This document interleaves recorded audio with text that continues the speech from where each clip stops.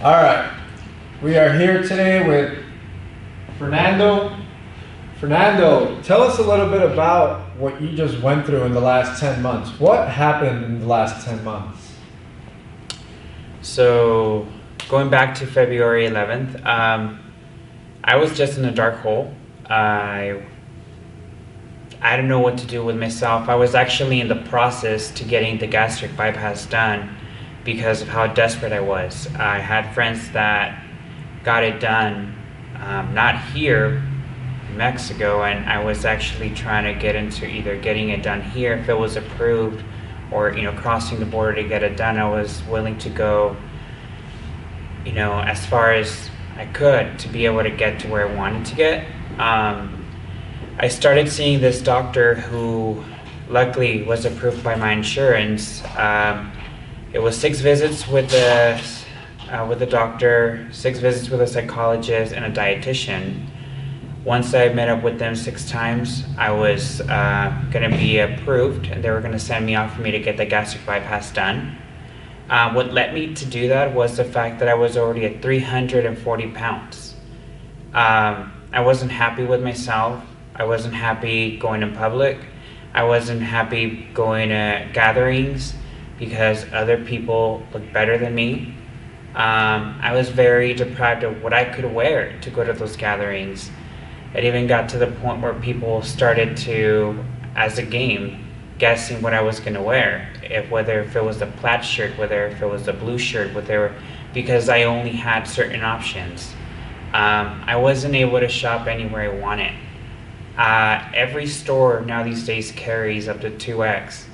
I was 4X, sometimes 5, depending on the fabric. I could only shop online and buy my clothes online.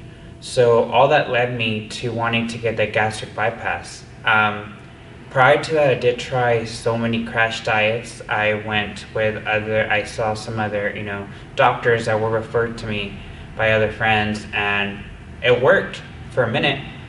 But then it seems like I gained my weight back, and so I said, no, I have to do it. On my 4th visit, before getting the gastric bypass, I remember I saw a post on Instagram, and it was, yours, Christian. So then I reached out, and I've been with you ever since. It's changed my life. Honestly, it has, in so many ways, to the point where, now I'm down to a size large. I'm able to shop anywhere I want to shop.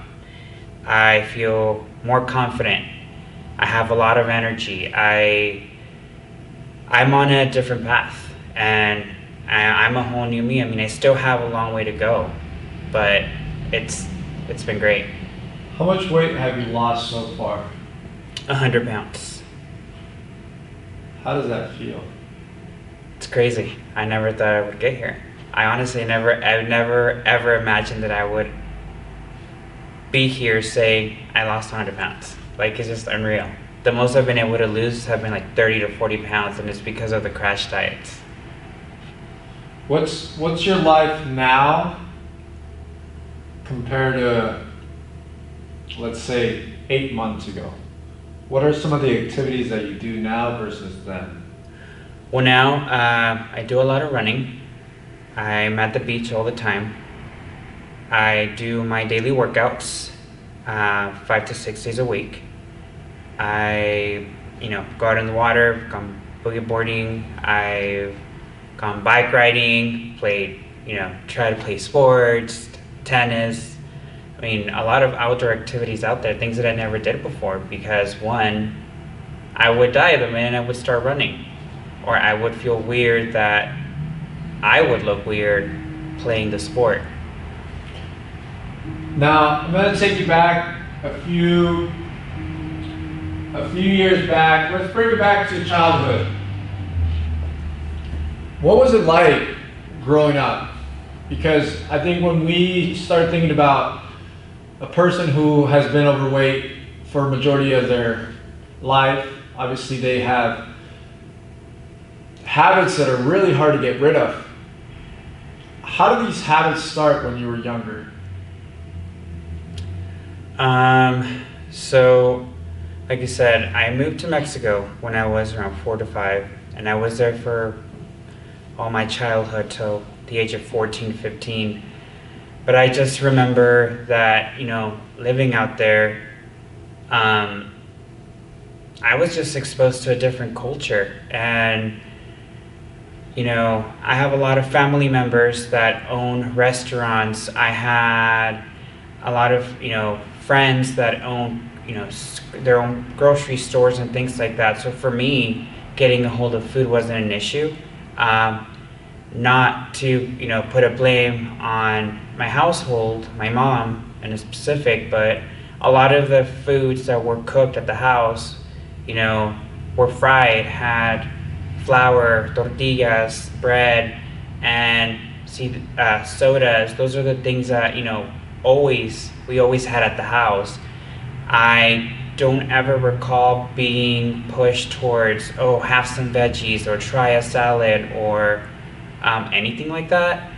I did not start getting into actual veggies and salads and stuff like that till probably, I want to say, about 5, 6, 7 years ago. And I'm 30. So little by little, I started to, develop different taste buds and trying to, try different foods. But back in my childhood, it was filled with candy, chips, junk food. Even at the school, I remember when I would get a sandwich, I would trade it off for a bag of chips, things like that. It was a lot of junk food, a lot of soda. That was my number one, my best friend, big bottle of sodas. How much were you eating back then? Let's say at age 10. Age 10. At the age of 10, I could have 2 full hamburgers by myself. I could go to the taco stand and eat about, I want to say, easily 8 to 10 tacos on my own. My parents, there were times that there's a couple memories when I recall that my mom actually felt bad and said, no, you can only have 3.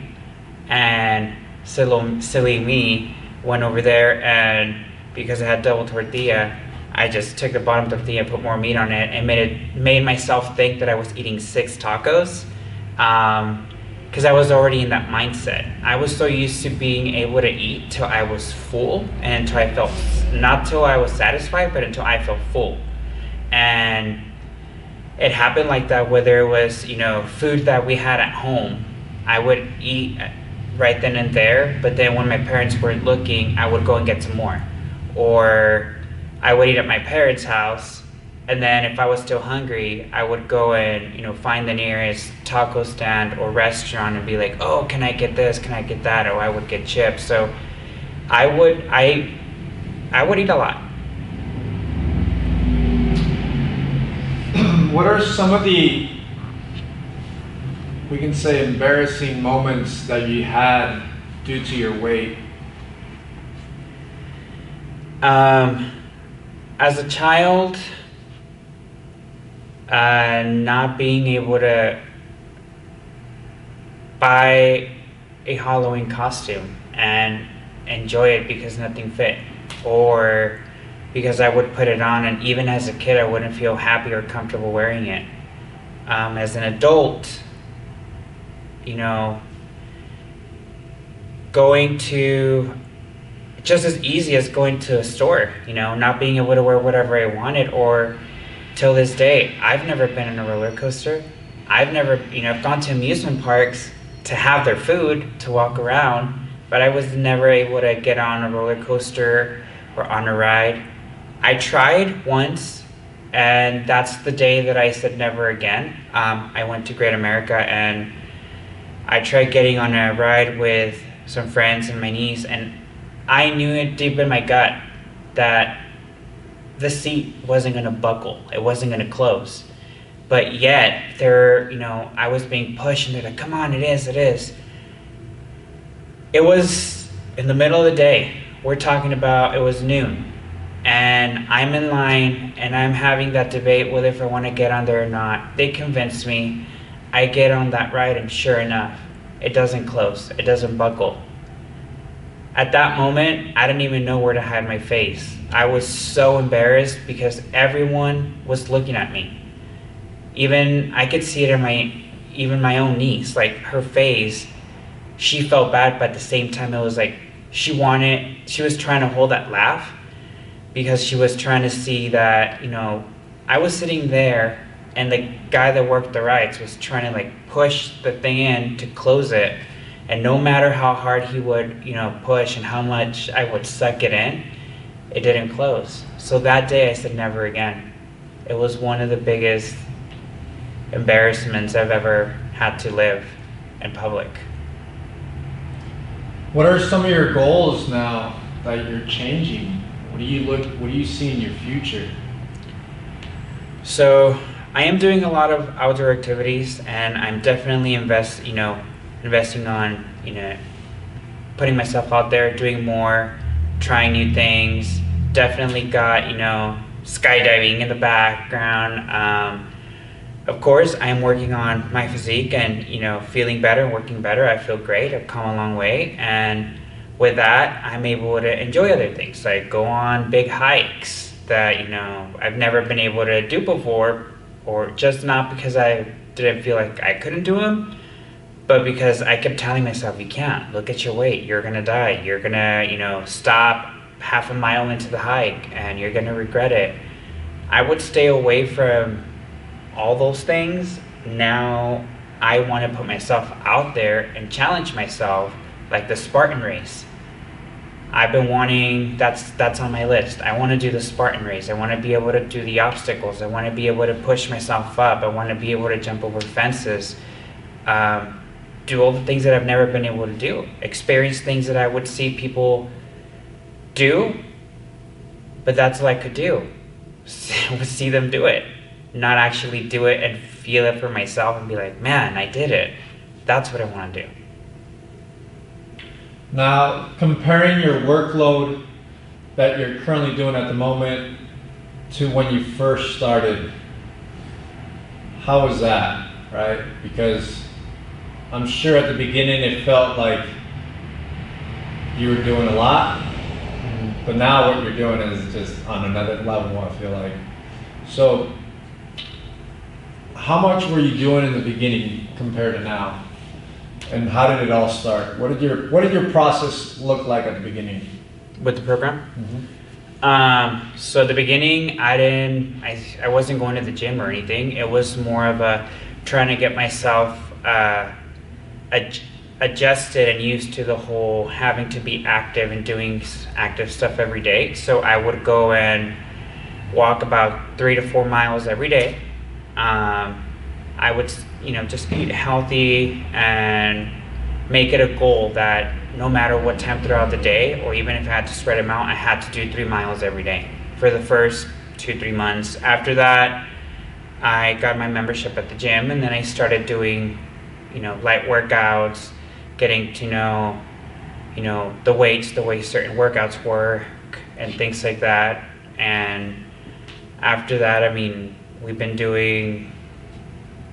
working out ever since, and training hard, heavy training, doing heavy weights, bettering my squat, going heavier on the weight, pushing heavier. I remember first day I could barely lift the 10-pound dumbbells. Now we're at 60. So my strength's definitely getting bigger and stronger, and it's changed a lot. What are your goals? What are your number goals? My number goals, my squat for sure, have it over 300. Where's it at right now? Right now it's at 225. I think it's 225, 230. And so what we're about almost. Your bench press? My bench press, I'm at 60. Where do you want to go? 100. For me, I want to get to 100, and it's been going good. Little by little, we've been building up. I feel like every week we push a little more on the weight, and then by the next time we start with that weight, and we just keep climbing, and it keeps getting bigger and heavier, and at the same time it feels good. It's it's getting to where I want to be. Do you feel fitness has helped your professional life? Yes. How so? At work, it definitely affected me at work big time because I had no energy.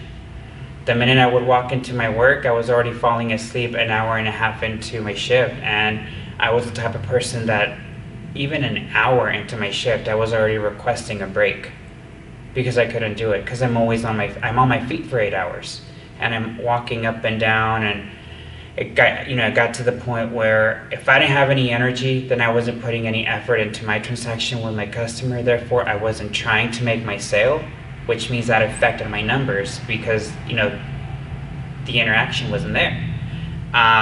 So that was one thing that changed right away. Two, my feet don't hurt anymore. I'm able to go my whole 8 hours up and down, even during my work hours. And instead, we do push-ups and we have our own little contest right there at work. But it's definitely changed big time. I don't get off of work and I don't feel like, oh, let me go home and put my legs up. It's like, no, I'm off of work, we're gonna go work out. So you've become almost like a famous guy in town. It seems like everybody knows who you are. It seems like, from what I've heard, people have been showing up to Verizon and calling you out. Yeah. How does it feel like? How does it feel to be recognized? So I've had a couple experiences, yeah. People that I didn't even know knew who I was, talked to me about, my weight loss, and then at the end they're like, oh, this is how we know who you are. And I was like, oh, cool, thank you. It feels good because I'm getting, other people are appreciating it. Where before, nobody knew who I was. Not that I'm aiming for fame, but it's more of I was in the shadows. I was hiding myself because of my weight, and now it's like, oh, you know who I am? Oh, hey, what's up? I don't know you, but hey, nice to meet you. Or even, like I said, there's a customer that came in, and I was sending him in, and he's like, oh, can I work with Crystal Fernie? Oh, Crystal's not here. Well, can I work with Fernie? Well, I'm Fernie. That's you? What happened to you? It's funny because a lot of people think that these people know me, and I will share with them that I was in the process of getting the gastric bypass, so automatically they jump into the conclusion like, oh, you got the surgery, huh? You look great. Well, no, I didn't. But it feels great. It feels good. Good. If there's one thing, or a few things, that you would advise to anyone that is about to embark in a process like this, how would you even start then? Speaking, from my own experience, don't jump into something like this if you're not ready. You gotta be mentally ready, and you gotta know the reasons of why you're doing it. You're not doing it because your friend is doing it. You're not doing it because, my New Year's resolution, you know what I mean? Do it because you want to do it, because of your goals. My goal was to live longer. That's my main goal. Before I got on this journey, I didn't know if I had diabetes. I didn't know if I had symptoms, and I had a lot of issues prior to starting the program. My health was my number one. There was nights, that I would go to bed knowing that I didn't change my eating habits and my eating style. It would always cross my mind and say, I'm dying of a heart attack. Like I had already accepted it. And I already knew, I'm dying of a heart attack. It would be 11 o'clock at night, and I would be hungry. I would be outside of Jack in the Box getting my meal, come back home and eat it. I would be super stuffed, but I would still shove it in there because why waste a good meal, right? And at the end of the meal, I would go to bed, and I can hear my heart working as I'm laying down in bed, and it would always cross my mind, I'm gonna die of a heart attack. I've had a lot of history of diabetes and cancer and things like that in my family that I didn't want that for myself. So I had to make the change. What's next? What's next, man? Continue bulking up. I got a goal of, one, how I want to look. I'm feeling great. Yet I've come far, but yet there's still, you know, there's more room to play with, and I'm going far. My goal is to just another 50 pounds and keep going. There you go. Thank you.